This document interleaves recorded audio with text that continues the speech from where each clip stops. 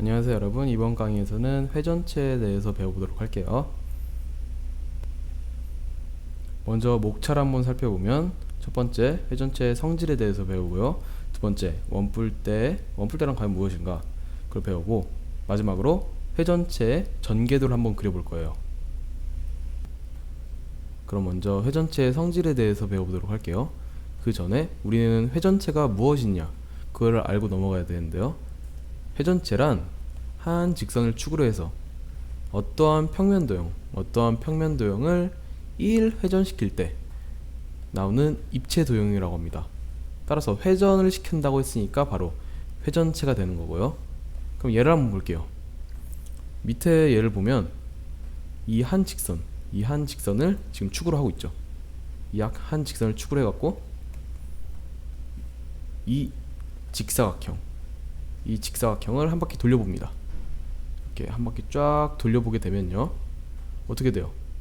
바로 이 원기둥이 나오게 되죠. 아시겠어요? 이 원기둥이 나오게 됩니다.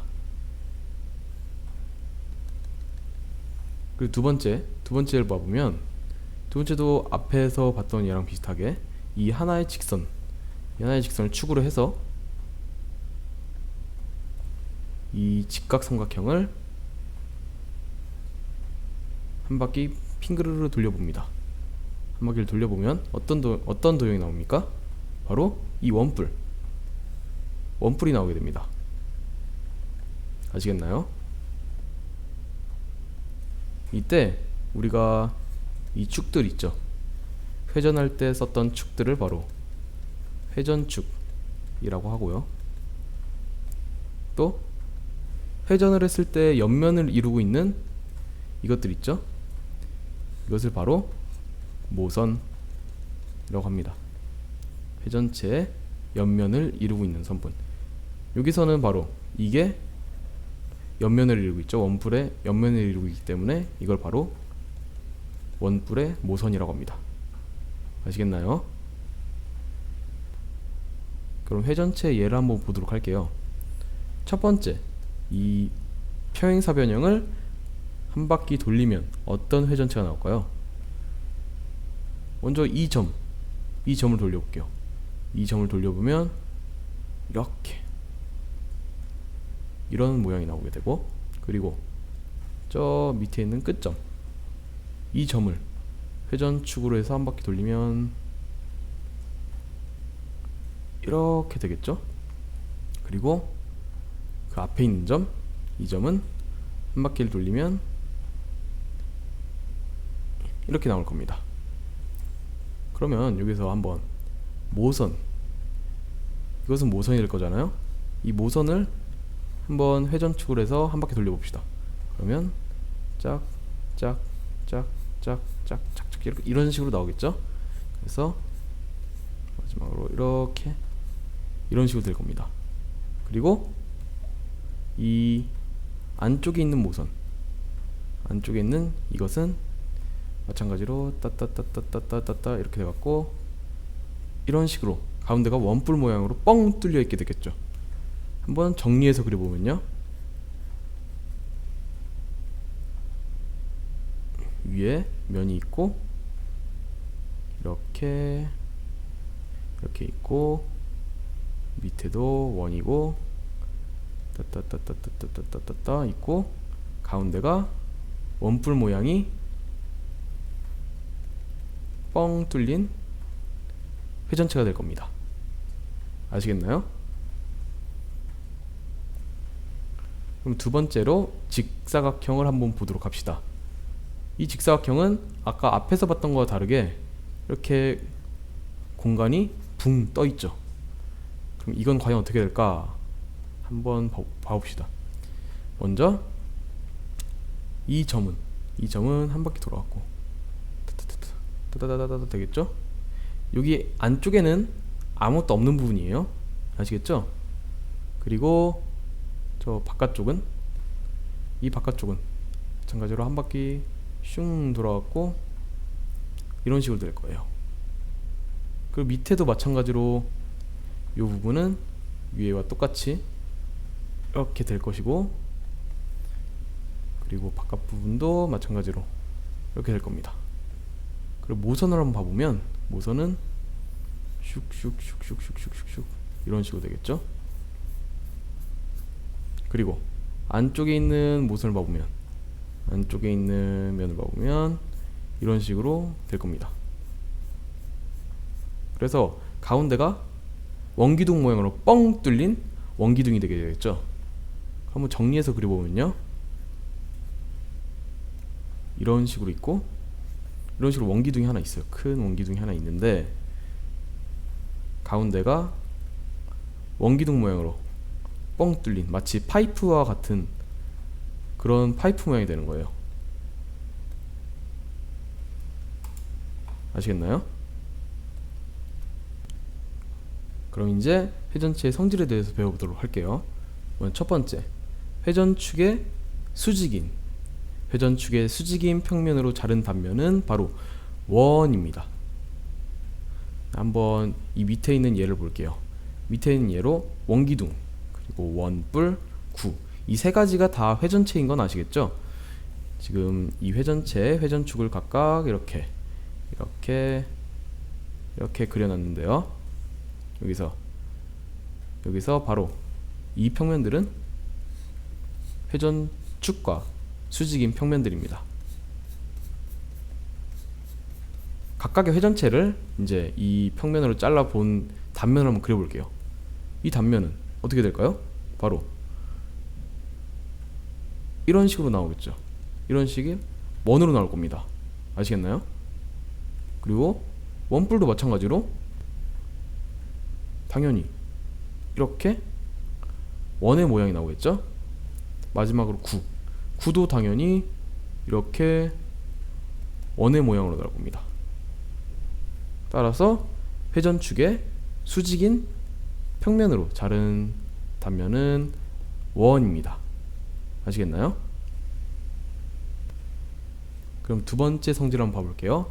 두 번째 성질은 회전축을 포함하는, 아까 수직이었죠? 포함하는 평면으로 자른 단면은 모두 합동이고, 또 회전축을 대칭축으로 하는 선대칭 도형입니다. 그럼 밑에 예시에서 원기둥과 원뿔, 구, 이걸 한번 봐볼게요. 원기둥을 봐보면 지금 이 회전축을 포함하는 평면, 이게 바로 회전축을 포함하는 평면이죠. 이 평면으로 한번 단면을 잘라볼게요. 이 단면을 잘라보면 바로 단면은 이렇게 나오는 걸 알 수 있죠. 이 직사각형 모양으로. 근데 이 직사각형은 지금 이 회전축에 대해서 바로 선대칭 도형인 거를 쉽게 알 수 있습니다. 그죠? 그리고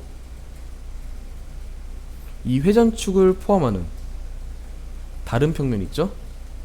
다른 평면으로 한번 다른 평면을 잘라보도록 할게요. 이 다른 평면을 잘라보면 이건 역시 직사각형이고, 바로 아까 전에 봤던 평면으로 자른 단면의 직사각형과 크기가 같고 합동입니다. 아시겠나요? 이 원뿔과 구는 여러분들이 직접 확인해 보세요. 그럼 이제 원뿔대에 대해서 한번 볼게요. 원뿔대란 무엇인가? 원뿔에서 밑면에 평행한 평면으로 잘라서 생기는 입체 도형인데요. 한번 밑에 예시를 볼게요.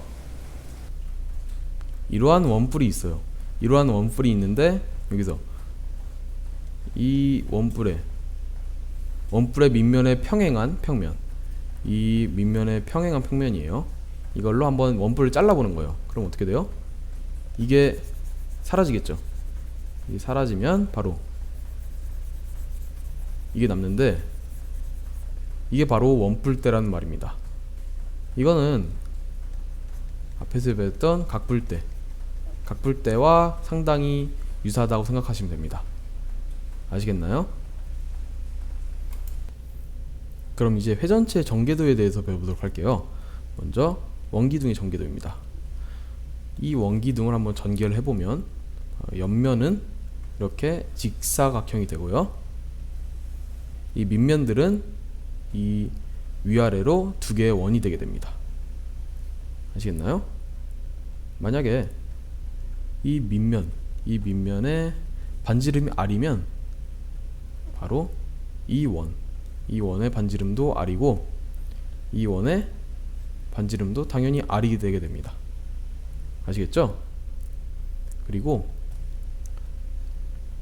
이 원기둥의 높이를 h라고 해봅시다. 그러면 이 아까 옆면은 바로 이 직사각형이라고 했죠? 따라서 이 직사각형의 높이, 이 밑면이 없는 부분이어야겠죠? 이 높이가 바로 h가 되게 됩니다. 마지막으로 이 밑면의 원주를 한번 계산해 보면 2파이 r이라는 걸 알 수 있습니다. 그죠? 그러면 이 2파이 r은 과연 이 전개도에서 어떤 부분일까요? 지금 2파이 r은 바로 이게 2파이 r이죠? 근데 지금 이거를 이 직사각형의 가로는 이 원주의 길이랑 같다는 것을 바로 알 수 있습니다. 왜 같아요? 이게 서로 합쳐져야 되니까 같겠죠?